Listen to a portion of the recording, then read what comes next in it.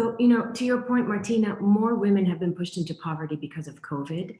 And yes, more women have lost their jobs than men, simply because of, the structure of the world and our lives. And more women were forced to leave school. And that breaks my heart because along with that comes the emotional crisis around loss of identity and loss of self because you've lost the opportunity that you worked so hard for.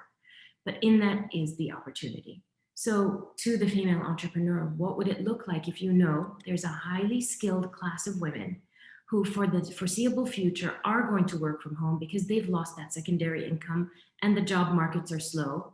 That's your new consumer. What does she need at home? What does she need personally? What does she need mentally, emotionally?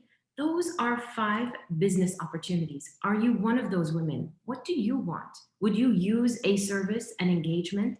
Is it a group? Is it a communication? Is it a platform? Are you a recruiter? Go recruit them. They are seeking the opportunity and want to be reached out to as much as you want them if you're the employer. So when we say find the hole in the market, look for that opportunity. Tupperware was a phenomenal business that simply knocked on people's doors and said, have you seen this? You may be interested.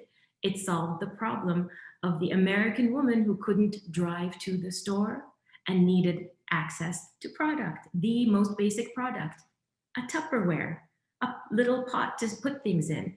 It was not the most dramatic innovation. Mary Kay drove from door to door and knocked on someone's door and said, hey, do you need a lipstick? Do you need a mascara? Again, not revolutionary, but it was. It was. But it solved a need for the woman that couldn't leave her home. And don't think that challenge exists just in Saudi. It is global. It's happening in McLean, Virginia, where I live. It's happening in Nairobi and it's happening in Riyadh.